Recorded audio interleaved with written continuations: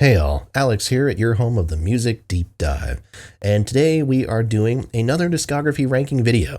The last one we looked at the discography of the band Led Zeppelin, and today we are going to be doing something a little bit different. We are going to be looking at all of the individual solo projects from the different members of Led Zeppelin. Okay, so let's give a little bit of a background on kind of the solo careers of all of them. Nobody in Zeppelin pursued solo careers during the band's actual existence. John Paul Jones and John Bonham did some occasional session work during downtime between tours, but it wasn't until after Bonham's death in 1980 and the band's breakup that anybody actually pursued a full-on solo career. Despite initially considering retiring from music altogether and becoming a teacher, Robert Plant was the first one to dip his toes in the solo career water, as it were, putting out his debut record Pictures at 11 in 1982. Plant's early records, he would put out 4 of them altogether in the 80s, are very indicative of 80s pop rock influence, with Phil Collins playing a heavy role in the sound of them early on. This influence slowly gets stripped back in favor of a more rock-centric and even bluesier influence again by the early 90s, and this is perhaps sparked in part by Plant and Jimmy Page starting to collaborate again at around that time. Page throughout the 80s was struggling with some depression after the dissolution of Zeppelin, which had been very much his passion project, as well as continuing to shake off his heroin addiction. So during the 80s and early 90s, he had stuck to mostly short-term collaborative projects and the occasional soundtrack work.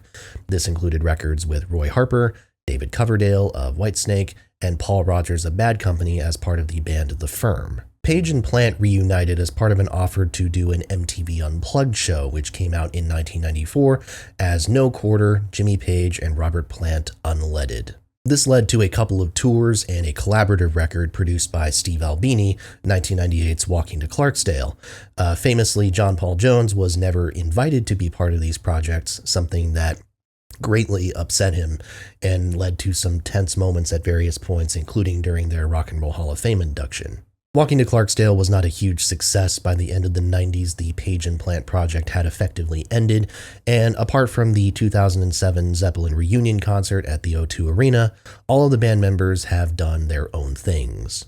We haven't talked much about Jones as part of these videos, but just to talk about him, while he did release a couple of solo records on Robert Fripp's record label DGM, his solo work has focused heavily on soundtracks and collaborations, most famously doing the string arrangements on the REM record Automatic for the People in 1992, and playing bass as part of the supergroup then Crooked Vultures in 2009, along with Queens of the Stone Age's Josh Homme and Foo Fighters' Dave Grohl. Page became very friendly with the band The Black Crowes. He did a collaborative tour with them in 2000. He also did a solo tour in 2010, but apart from these kind of like sporadic guest spots that he'll make on other people's records, his focus has been very much on the Zeppelin legacy and Zeppelin-related projects, most notably perhaps the remastering of the band's entire discography in the early 2010s. Plant has been perhaps the busiest of anybody, performing with various backing bands, including but not limited to the Strange Sensation, the Band of Joy, and the Sensational Space Shifters, and especially beginning in the 2000s, crafting both original music and covers that mix blues and folk music with influences from music from North Africa, India, and the Middle East. His most successful work is undoubtedly the 2007 collaboration between Plant and Union Station's Alison Krauss, as well as T-Bone Burnett on production, the album Raising Sand. This went to number 2 in the US and the UK and won a total of 6 Grammy Awards, including Album of the Year in 2009. Plant is also the one who is still touring actively as of the recording of this video. Most recently, last year, he was touring with Krauss as part of Willie Nelson's Outlaw Music Festival. Okay, so that's kind of the background. Now, we have quite a few records to go through, so let's just talk about what we're including here. Robert Plant has a total of 11 solo studio records, as well as 2 collaborative records with Alison Krauss and 1 with Jimmy Page. Page has 1 solo album himself, plus 1 with Roy Harper, 1 with David Coverdale, and 2 with The Firm, his band with Paul Rodgers. John Paul Jones has 2 solo records to his name, as well as a collaborative record with the avant-garde performer Diamanda Galas, and his 1 record as part of them Crooked Vultures. That brings us to 23 total records. However, in addition to that, I am also going to include the one mini LP recorded by the Honey Drippers, which was initially a sort of gig band set up by Plant in the early 80s to play like old blues and rock covers. It was repurposed by Atlantic's Ahmet Ertegun into a sort of supergroup, including people like Jimmy Page on guitar, and they recorded a collection of covers in 1984. So it's a mini LP, it's on the shorter side, but I am going to count it since it is a relatively significant release in the solo canon for both Plant and Page. I will also not be including the 1984 release No Introduction Necessary. This is credited to Jimmy Page, John Paul Jones, and Albert Lee. This is actually a collection of sessions that date all the way back from 1968. So very much kind of in that era when the Yardbirds were about to disband, in the process of disbanding. Jones is on bass for the whole time, and then depending on which session it was, I think it took place over the course of 2 days. Either Albert Lee was playing guitar on a session or Jimmy Page would be playing on a guitar. So Page is on about half the tracks. I'm not including it because it's more of an archival release, but also there's not much to say about it. It is a blues rock session. However, think of this less as like Yardbirds or early Zeppelin-esque blues and more like Elvis Presley post-Army blues. The lead vocalist on these sessions is very much trying to do like an early 60s Elvis type of thing. And it's fine. It's all nice enough, but it's very safe. It's very underwhelming. And a lot of it is kind of like covers of songs recorded by other artists like the Everly Brothers and Buddy Holly and stuff like that. So it's fun for what it is, but it's hardly essential for multiple reasons, so we're not counting it as part of this ranking. Also, since this is not including live records, I will not be including No Quarter as part of this, the aforementioned Plant and Page collaboration. But man, I can't recommend it enough. It's a set of super cool reinterpretations, mostly of Zeppelin material, sometimes played straight. I mean, it's advertised as kind of an unplugged type of thing, but that's not really what this is. Like, some of these are just straight up recreations with rock instrumentation, but other times you do get them filtered through these same sort of African and Eastern influences that will become dominant in Plant's solo work later on. Plant sounds great, and Page's guitar work here I think is some of the best that it's sounded in years. So as far as these, unplugged concerts go, these MTV concerts, if you will, it's really excellent, and one of the best live collections related to the band just in general. Well worth your time. All right, but we have 24 records in total, so let's go ahead and start getting to ranking them. At the bottom, at number 24, I have the collaboration between Jimmy Page and Roy Harper, 1985's Whatever Happened to Jugula. Maybe this is controversial, I don't know, but man, I don't really know how to feel about this record. I was left feeling very confused. For context, I don't have much of a knowledge of Roy Harper's solo catalog. I've heard Stormcock, but that was a long time ago. So maybe hearing all of his work in context will help me appreciate this more. There are tracks here that have a lot of ambition, but it's that type of like uniquely 80s ambition that involves turning like your synthesizers into so-called like galaxy mode. It sounds very like space pop, future pop adjacent. The opening track, 1948-ish, is this like veering into the most fictional of science fiction, I suppose, with these very like spacious synths and chorused acoustic guitars and Harper's vocals. I mean, Harper has always, I think, had a very unique vocal presence, and it's definitely true here. If you're not willing to buy into what he's doing, they're really going to test your patience. Page has moments on this record, but again, it kind of feels like he's not featured very often. It feels like he's listed as a feature, as a co-headliner here for the sake of record sales. He doesn't have writing credits. Again, his guitars are generally not the centerpiece of these songs. I do like a couple songs. The track Hope is cool. The 1-2 punch of Frozen Moment and 20th Century Man is a nice bit of acoustic work.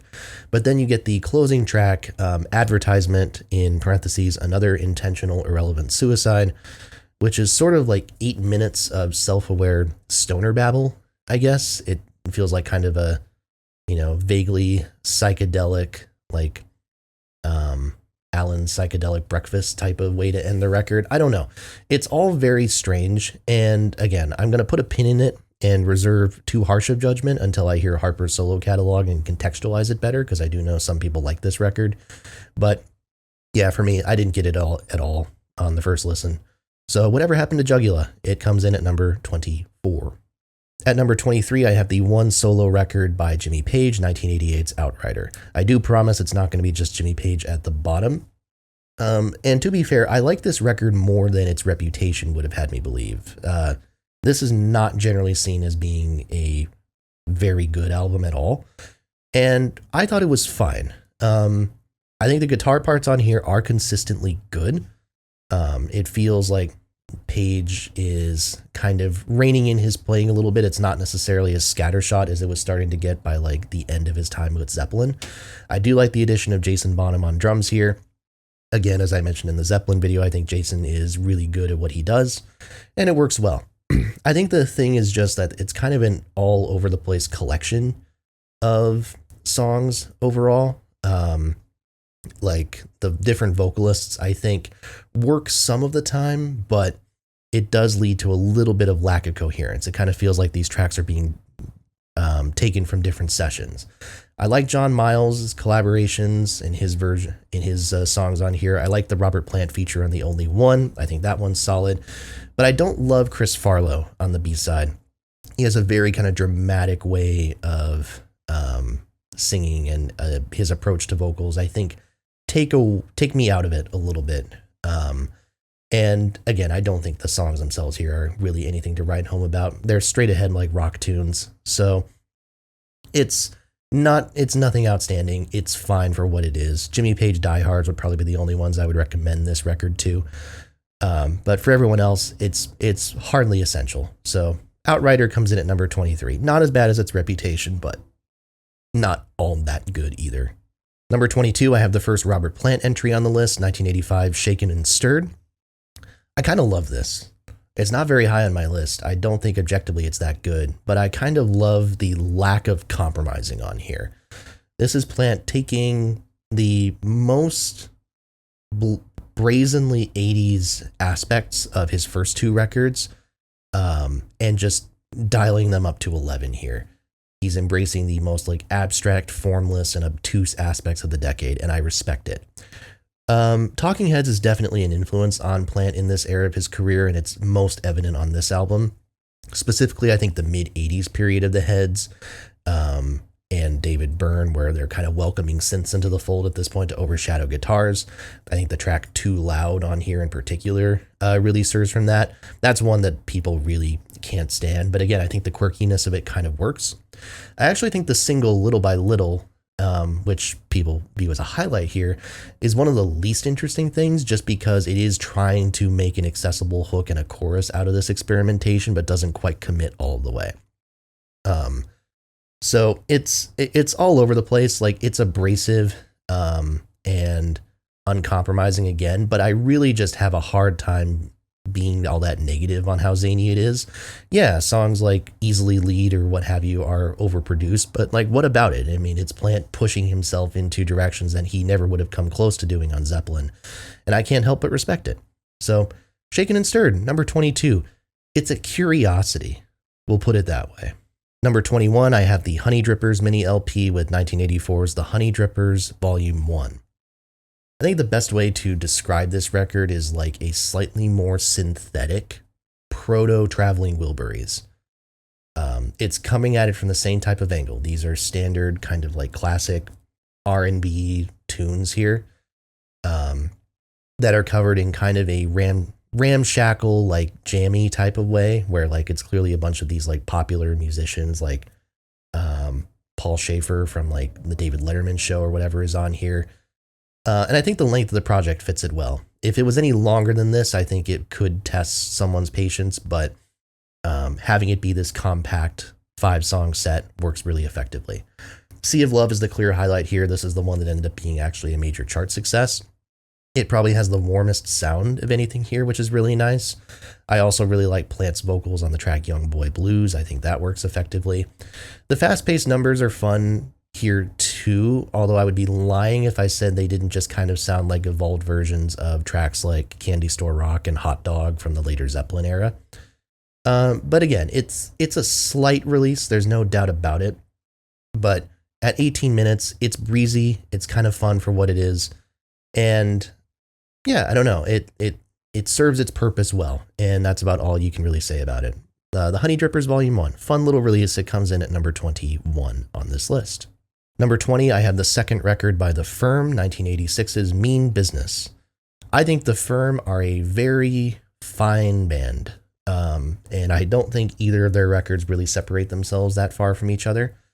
I think I like this one a little bit less than the debut because I think while the songwriting is a little bit more interesting, they're trying a few different ideas. I think it also comes at the sacrifice of feeling a little bit less focused, and I do think the debut being a pretty tight rock record is one of its strengths. Still, though, you have moments like the track Fortune Hunter, Chris Squire's an uncredited writer, which is cool. That one kicks some pretty serious ass. Live in Peace has some really nice keyboard sounds on it, filling in the mix. Page ripping out one of the best guitar solos of his career, really, at the end, or certainly of his solo career anyways. It has its moments, and I do think that like Rogers works pretty well in a band with Page's guitar sounds. Like I think the collaboration works effectively. It's just more so that the records always feel like pretty slight in the grand scheme of things, and that's not really any different here. So Mean Business comes in at number 20. Fair enough, straight ahead rock record. And at number 19, I have the self-titled debut record by The Firm from 1985. Again, I think this is a little bit tighter than the second record, which is part of the appeal. These albums, again, they're about as ambitious as the whole concept sounds, and if you find it interesting in theory, then you will like it in practice. Rogers' vocals, again, I think work really well, and especially on this album, again, I just think Page's guitars really sound terrific. Tracks like Together, I think you really have that kind of layered, overdubbed, multi-track sound of classic Zeppelin. They're not experimenting as much at all. Again, they're sticking to a pocket. They're sticking to a solid rock beat here, but you can tell he's capturing that influence sonically. And in that sense, it feels like a pretty like joyous project overall. The closing track, Midnight Moonlight, it's a cool song. Kind of the main draw here just because it's based off of a song that Zeppelin had tried to record at one point. I don't know if it's my absolute favorite on the record, but I do think it is a highlight. Again, it's good for what it is. I would not say this is a lousy or especially mediocre record. I think it is fine, and if you like straight-ahead rock music from the 80s with not too much of an overly compressed sound, then The Firm is a fairly solid choice. So the self-titled Firm record comes in at number 19. Number 18, I have the second solo record by John Paul Jones, 2001's The Thunder Thief. I don't like this record as much as the first one, even though I think there's a lot of similar strengths. The John Paul Jones solo records are very interesting because they sort of take from the Red Hot Chili Peppers Primus brand of like funk rock from the 90s and just intensify it. So you're getting some really fat like bass grooves and just grooves all over the place. And that's no different here on The Thunder Thief, but I think the reason why it's worse is because Jones sings on it. And I don't want to be too harsh on his voice, but it is definitely amateurish. And I think he plays it up to an extent. Like, I think he knows that he's not a very good singer, and so like he kind of plays into like the comical sides of it a little bit. And sometimes it works, and then you have moments like the track Angry Angry, which has like a sort of satirical poshness to it that I can understand. Like, I can understand he's making fun of like pretentious posh people, I suppose, but I don't necessarily enjoy it either. Still some great instrumental bits here. I really dig the mandolins in the song Ho Diddle. I think that's really cool. And again, there's still some excellent bass grooves on here. But I would say if you're going for any John Paul Jones solo records, I do think the first one is a decent bit better than the second. So The Thunder Thief comes in at number 18. Number 17, a record that I'm surprised I didn't like more, in all honesty. I have the Jimmy Page Robert Plant collaboration, 1998's Walking into Clarksdale. Yeah, I don't know. Something about this record just didn't necessarily connect for me. It is good. It is a solidly good album, but something was holding me back. And honestly, I do think it is the production or the engineering on this record. I love Steve Albini in general, ton of respect for the man. And I do think that his style serves Plant pretty well on here. Like, I think Plant's vocals are fairly prominent. I think he sounds good here, and it works effectively for what it is. I don't know if they serve Page super well. I feel like his guitars oftentimes get kind of washed out in the background a little bit, and they're not necessarily super featured, which might have resulted in some of like the tensions. I know Plant, at least one of them, if not both of them, have kind of spoken negatively about the production job here. They're still good songs. I really like the opening track, Shining in the Light. Please Read the Letter is great. Most High. The title track is excellent. Like, there's moments here. It just feels a little bit less than the sum of its parts. And that's a little bit disappointing. But also, I think this is a record, too, where I'm also intrigued to kind of come back to it over time and see if this one kind of grows on me and unlocks itself a little bit. Because I think there's a lot of fundamentally strong pieces that just doesn't necessarily coalesce into the most compelling thing overall. So walking into Clarksdale, that comes in only at my number 17, but it's not bad. It's good, and it's probably worth at least checking out once. Number 16, I have Robert Plant with 1983's The Principle of Moments. Compared to his debut record, I think this is a much more synth-heavy affair. I think Plant's vocals feel a little bit more in the foreground. I think on the debut, there's a little bit more kind of phased in the background, a little bit more washed out, but there's a real sharpness here that I like. And there's a bent to the commercial that isn't there in his last record quite as much. And generally, I think this is a good thing for me, even if it comes at the risk of like dating the album even further compared to what it is already. Tracks like In the Mood, I think there's a lot of space in the mix in that one, and I do like the synth leads in here. I think they work well, even though, again, it is dated to a particular time. Now, I don't like the record quite as much as the debut overall, because I think the debut has a slightly stronger overall collection of songs and songwriting. Not everything sticks on Principle of Moments. The track Horizontal Departure feels like a kind of late era Police track a little bit, and I don't think it suits Plant's voice well at all. Again, that's where I think the commercial bent can kind of hurt him a little bit. But I'm overall pretty sympathetic to Plant's 80s stuff, more so than many people. And this record is no exception. So, solidly good album, Principle of Moments, number 16. Number 15, I have Robert Plant again with 1988's Now and Zen. From a like pop standpoint, I think this is probably his sharpest collection of songs to this point. It's still taking the like the synthier elements of Shaken and Stirred, but they're being distilled in a way that feels more focused. And I also like that he's pushing his voice a bit more than in past records. The track The Way I Feel, I think, has some really great high passages in it, which is really cool. And there's also edge here, even though there's still that dated element. There's edge. Tracks like Tall Cool One, which has some Zeppelin sampling in it. It rocks pretty hard. The track White, Clean, and Neat, I think, has a nice edge to it as well. You still have tracks like Walking Towards Paradise, again, which lean into those more kind of dated elements. And maybe that limits my love of this record compared to some of his other stuff from around this same period. I know some people like view this as close to a career highlight of Plant's because of the fact that it was probably the most commercially successful, or one of the most commercially successful things he did at around this time. I'm not quite in that same camp, but it's a solidly quite good record, and worth checking out, especially if you're not super invested in the 80s as an aesthetic in general, and you're looking to try to get into Plant's solo work around this time. I think Now and Zen is a pretty accessible way to start. It comes in at my number 15. Solidly good record. Check it out. Number 14, we've got Robert Plant again, this time with 2017's Carry Fire. This is maybe the folkiest record that Plant has ever put down, in the sense that it feels like straight up like folk music at points and without like a country or a blues tinge as much.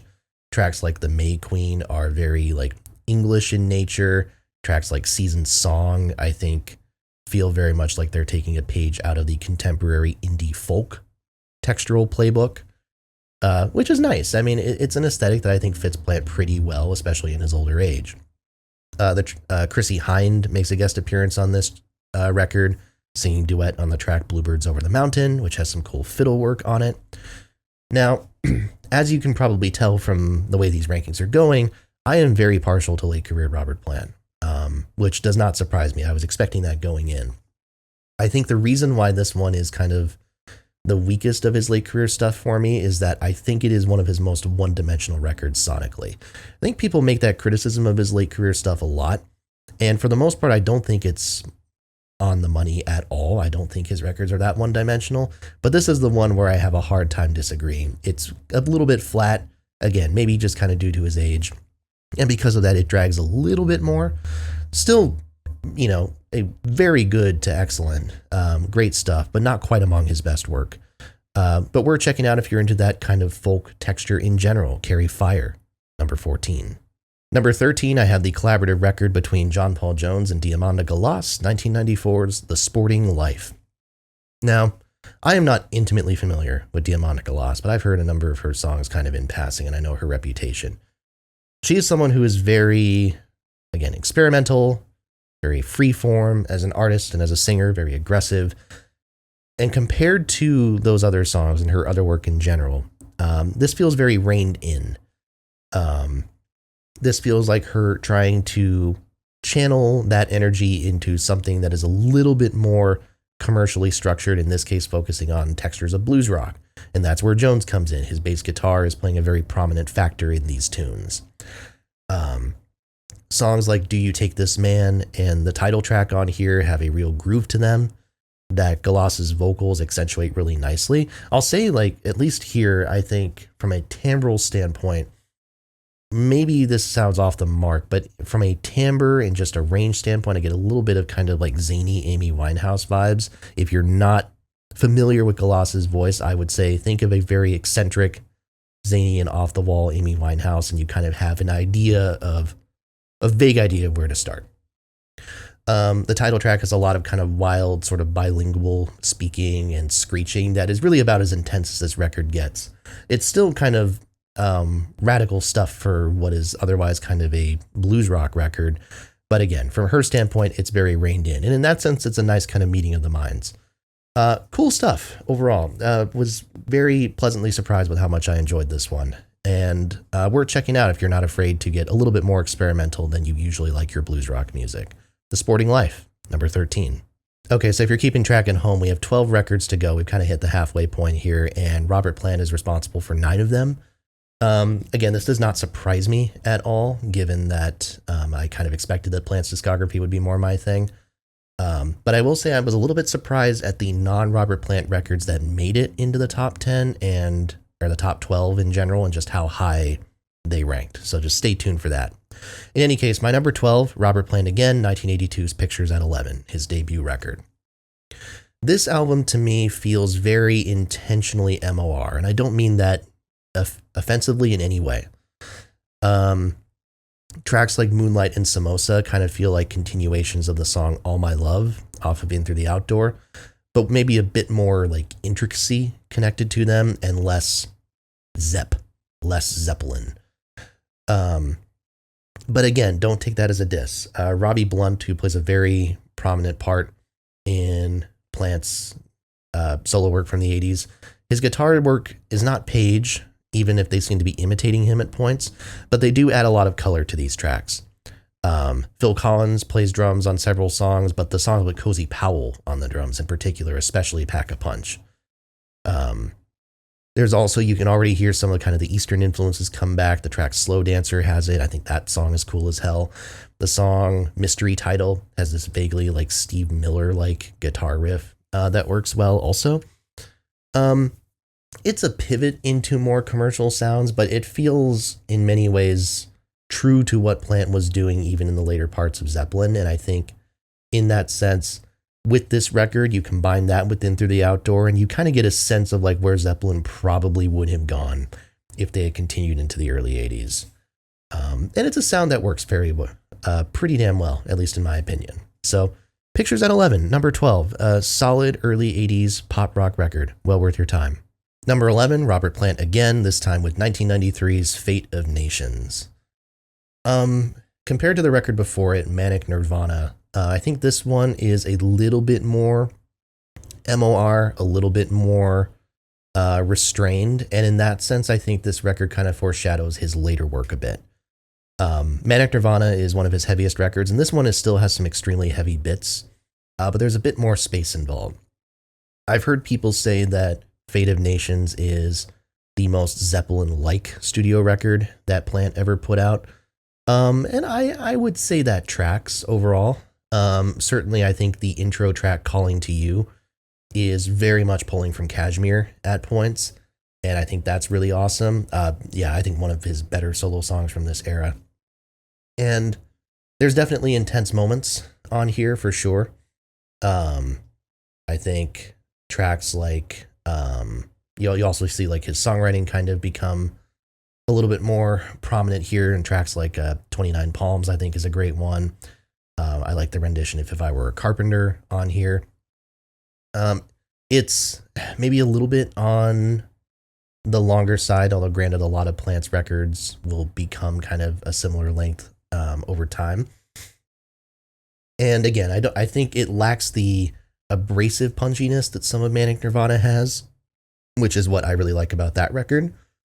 But I think Fate of Nations is probably one of the easiest entry points into Plant's solo career for Zeppelin fans, and so because of that, I think that says a lot about it, and it holds a lot of value as a result. So Fate of Nations from 1993, Robert Plant, number 11, really good album, well worth your time. Number 10, I have the second collaboration between Robert Plant and Alison Krauss, 2021's Raise the Roof. Krauss and Plant 2.0, as I said, T-Bone Burnett back on the production, and it works as a very fitting sequel to Raising Sand here. I tend to think that this record doesn't lean into the more like haunting elements of Americana that Raising Sand does. It's kind of more sedate than anything. Again, it kind of reminds me of like Carry Fire, the Plant record before this, where it's like leaning into folkier textures more than anything. But it's still beautiful. I still think the Plant-Krauss collaboration in general is a pretty sublime pairing of voices. Krauss, I think, is more featured on this record than she was on Raising Sand, which feels much more like a 50-50 collaboration.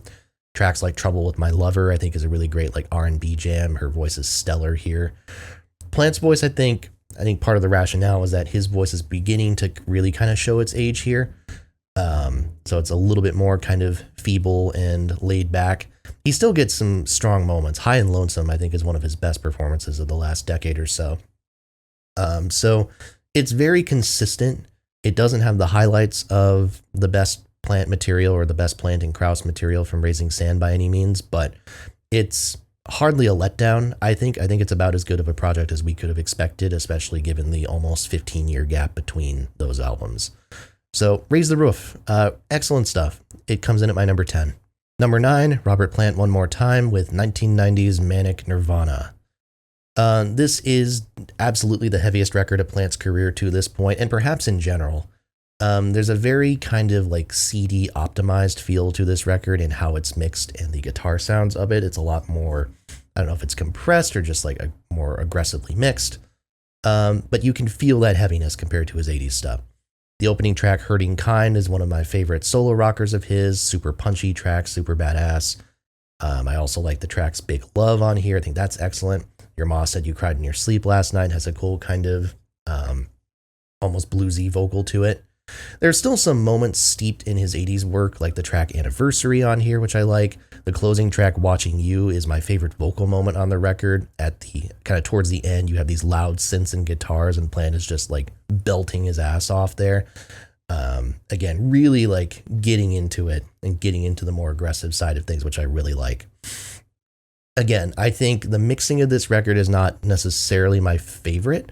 It's not super clear. It's a little bit on the muddier side, and that might be why it doesn't quite rate any higher on my ranking here.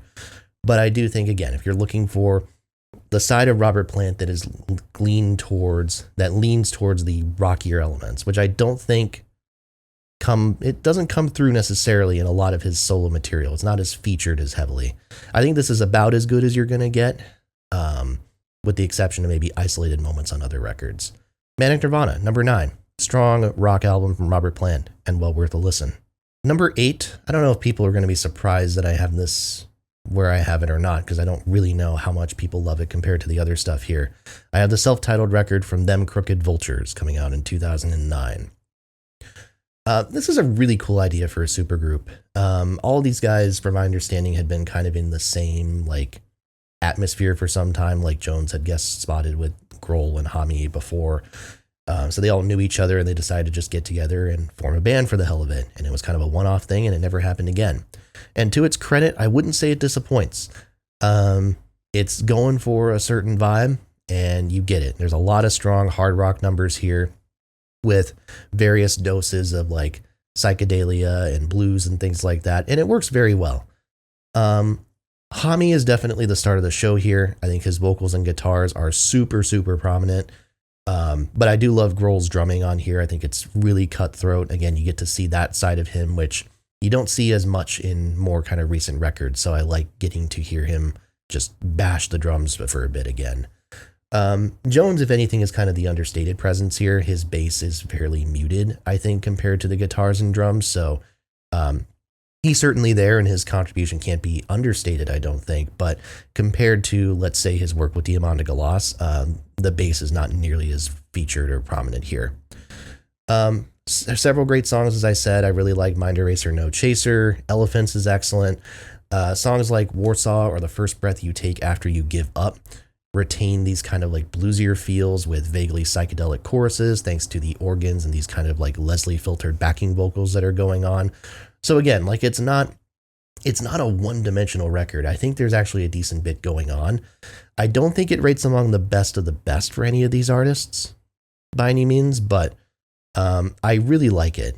And I think it's a record that if I sit with it more, I think could even continue to grow on me more than it has. But the self-titled Them Crooked Vultures record, yeah, well worth, like, not just a legacy act.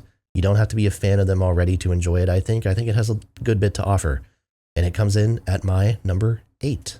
Number 7, I have Robert Plant again with 2010's Band of Joy. This is the one record that Plant released with the so-called Band of Joy backing band. Again, harkening back to the band that he was in before Led Zeppelin. And really, this seems to be kind of a marriage of a lot of the kind of ideas that he was playing around with in like his previous few solo records in the 2000s.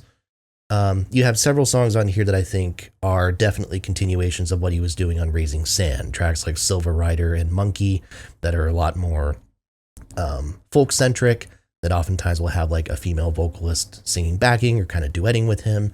But then there are other tracks here that I think feel more consistent with what he was doing on his other earlier 2000s work, where again, you're leaning more into the kind of bluesier influences of things, the more Americana sounds, and the vaguely, again, kind of African and Eastern music sounds as well.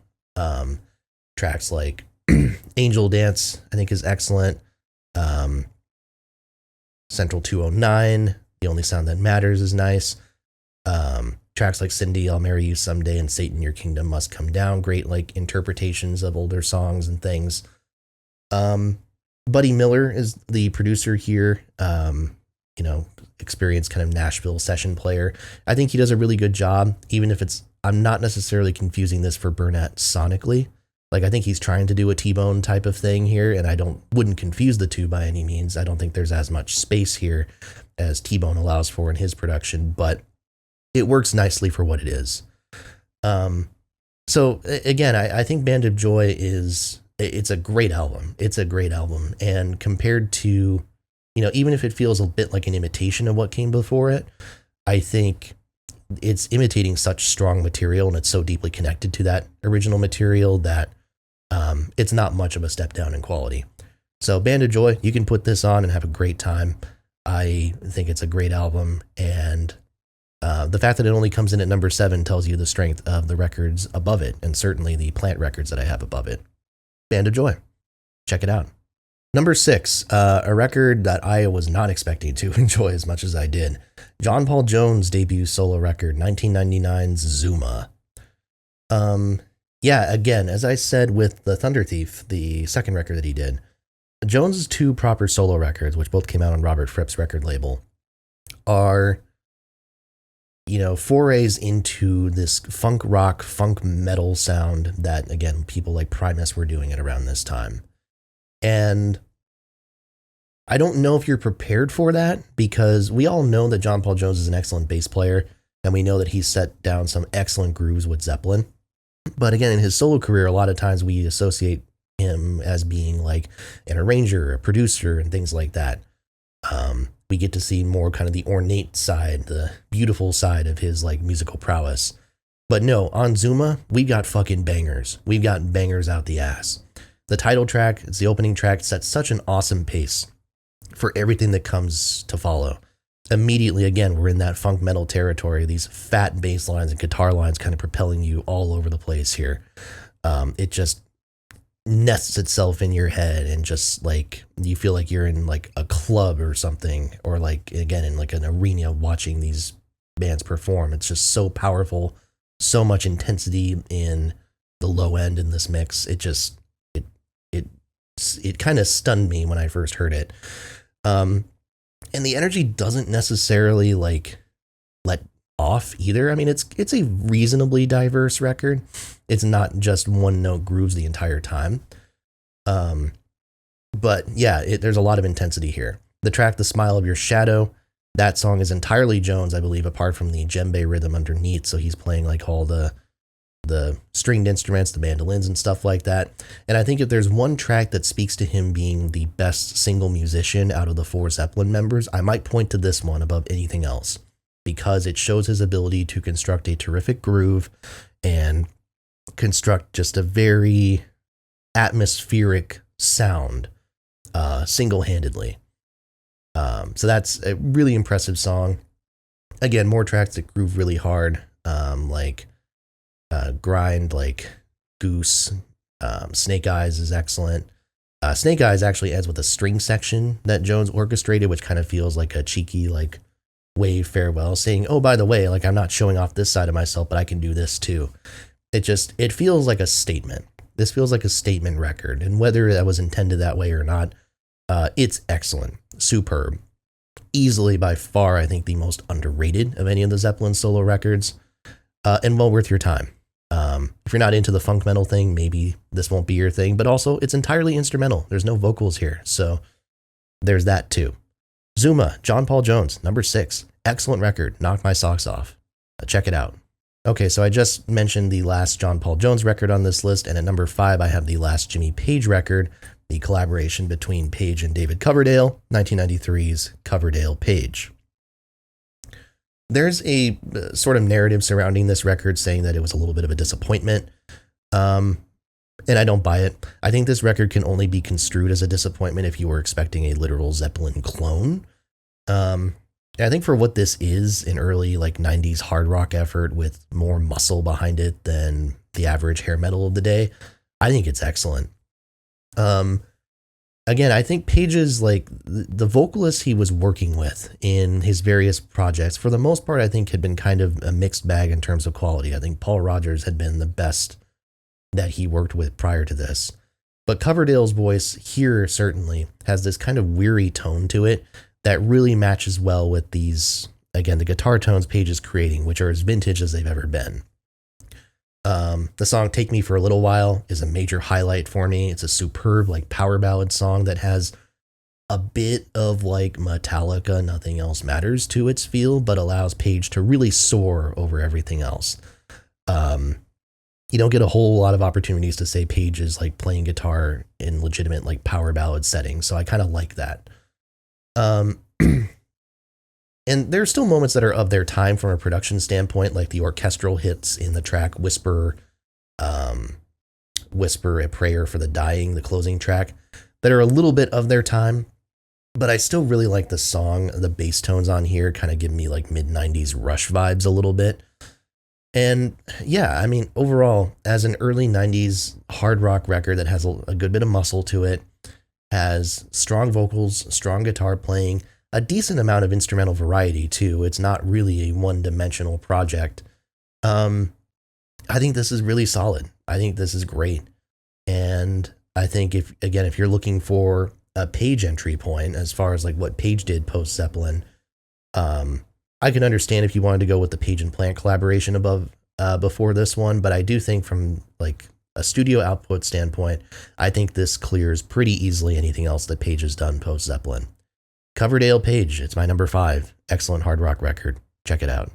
Okay, the top 4 records here are going to be Robert Plant, which again does not surprise me all that much. I think Plant's solo material, I always kind of figured was going to be very much up my alley. And we're going to start with, at number 4, 2005's Mighty Rearranger.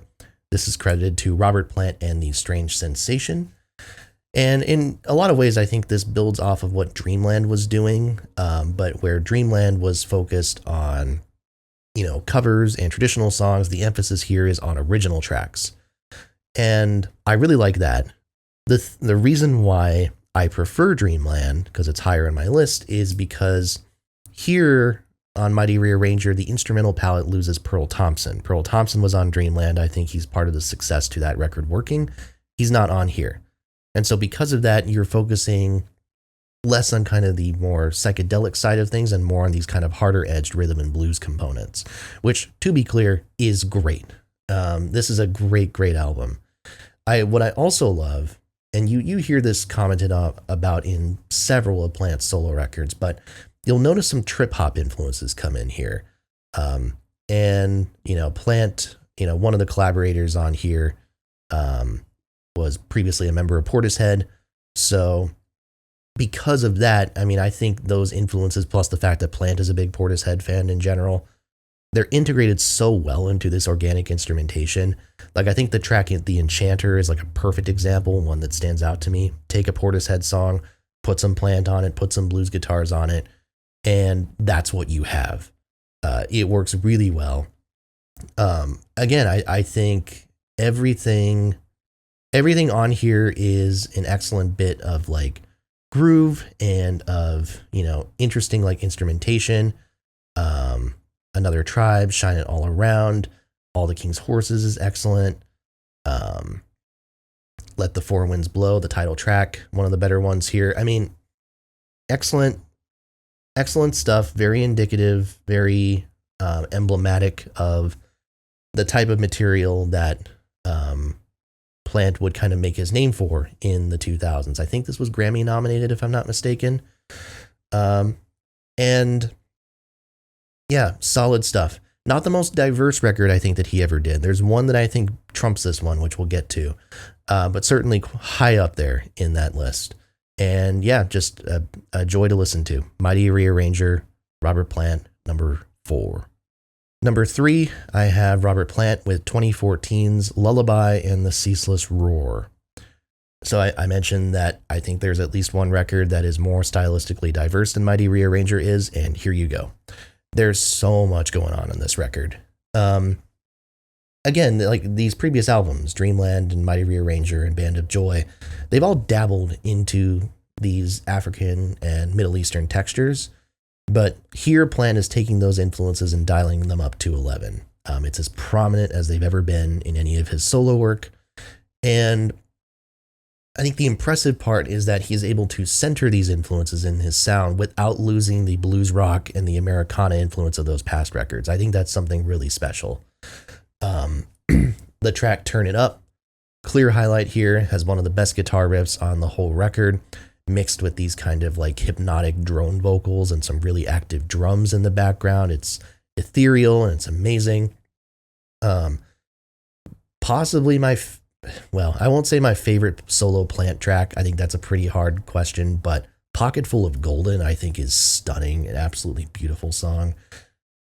Love that one. Again, I think the trip hop influences here are noticeable. And they're noticeable especially in the vocals. I think in previous records, the influence is noticeable in the instrumentals, but the vocal production here, it's very, like, they're all kind of adrift and awash with this sense of echo, this haze to it. Songs like the opening track, Little Maggie, or the follow-up track, Rainbow, for instance. It feels like that kind of dreaminess that you associate with like your Beth Gibbons as vocalists. You hear Plant kind of dip into that here, and I think that's just like chef's kiss, perfect. It's excellent. It is, again, more kind of on the sedate side compared to the couple of the other records that we've talked about or will talk about, which is maybe why it's not closer to my number 1 slot. But I can't deny that from a musical ambition standpoint, I think this is the most ambitious thing Plant has done.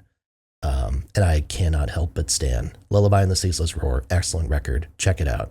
Number 2, I have Robert Plant again with 2002's Dreamland. This is coming after his 90s stuff, his work with Jimmy Page. This is the first record where Plant pivots properly into these folk and Americana textures that define the rest of his career pretty much, with a heavy emphasis on blues grittiness and psychedelic textures that keep everything sort of surrealistic. Again, I talked about Pearl Thompson. I said that, he left the band prior to Mighty Rearranger, and that's why I like this record a little bit more than Mighty Rearranger. Pearl Thompson, again, longtime Cure guitarist, if you're not aware, is responsible for a lot of the guitar sound here, and it's drenched in this feedback, which is very 90s, like, infused, and does date the record, I think, ever so slightly. But for my money, I think it works. I think it works really well. I can take this record sounding like it's a little bit older than some of the Plant stuff that came later. I just think it sounds absolutely fantastic. This whole record is stellar. Songs like One More Cup of Coffee emphasize Plant's raspy, middle-aged vocals excellently. I really love the bass lines from Charlie Jones. The drums from Clive Deemer from Portishead are absolutely killer. Again, just such a strong groove. Tracks like Red Dress, for instance. Funny in My Mind, I Believe I'm Fixin' to Die. Again, all of these kind of like covers and interpretations of older songs, or many of these reinterpretations of older songs.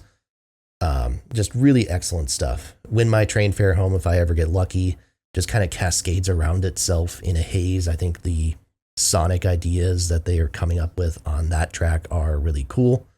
The track Hey Joe is one of the songs that seems like it would be absolutely unreal to hear in a live setting. Just such an intense, again, bit of groove here. And then you pair that with songs like Song to the Siren and Skip's Song, which are a little bit more kind of acoustic focused, and put Plant in kind of that setting really for the first time ever at this point, apart from like some of the Zeppelin stuff, of course. And they're stellar. They're stellar reinterpretations of, Tim Buckley and Skip Spence songs, respectively. And yeah, it's a diverse record that covers a lot of ground, and it feels right, especially when you hear it in context with everything else. It feels like, yes, this is what middle-aged Plant is meant to do. This is his comfort zone. He's excelling here. Yeah, superb stuff. Dreamland, number 2. It's a terrific, terrific, terrific album, and absolutely well worth your time. But number 1, and maybe this is predictable, maybe some people disagree with it, I don't know. It's the first Plant Alison Krauss collaboration, 2007's Raising Sand. I've had this record on repeat. I had not heard this album prior to doing this dive. I'd heard all about it for years, but I'd never actually sat down and listened to it until now. I've had this record on repeat for the past week or so since I first heard it. Stunning album. There's so much space here. There's so much darkness here. There's so much history in just all of this. Let's start with Alison Krauss. As I mentioned in the Raise the Roof part of the review, but we'll emphasize here again, phenomenal person to work with. Sublime artist, sublime singer. Her vocals on tracks like the Tom Waits cover, Trampled Rose, or like Sister Rosetta Goes Before Us. I mean, they bring out, not only do they bring out so much in the songs because she's such a phenomenal singer, but they also bring out a side of Robert Plant as a vocalist that we have never heard before. If you listen to his harmonies on the track Through the Morning, Through the Night, I mean, this is a guy who, like, people were concerned were like he was gonna like over sing her in like the studio booth, just because of how powerful his voice is. And then you listen to him here, and it's the most tender you've ever heard him sing on any song, period. It's perfect, and it's because he's bouncing off of her, and he's meeting her at her level, and, she's meeting him at his, and it just works so well. And, so much of that credit has to go to T-Bone Burnett as well. I know that he's not necessarily everybody's cup of tea as a producer, but I cannot sit here, listen to this record, and evaluate this production job, this recording job, as anything other than stellar. Very organic production style with an emphasis on echo and room noise. Going back to Led Zeppelin 1 when I talked about that in the Zeppelin review. When you're miking the room and when you're able to give a sense of space to everything, not make everything sound massive here, but make everything sound spacious, it really brings out a mystique to everything. It makes everything sound haunting. And when you have instrumentalists as good as what we have here, when you have Plant and Krauss as skilled vocalists, as skilled interpreters of songs, it's a match made of heaven. And the songs, what a selection. Again, I mentioned Trampled Rose by Tom Waits. I think the rendition here is outstanding. Gene Clark's Polygon Home, I think the rendition here is brilliant as well. Killing the Blues is phenomenal. Sister Rosetta, as I said. Please Read the Letter, that's a re-recording of one of the Walking to Clarksdale songs. Songs like Let Your Loss Be Your Lesson also have kind of an upbeat kick to them, even if that isn't necessarily the overall vibe to this thing. Gone, Gone, Gone, the Everly Brothers cover is another one.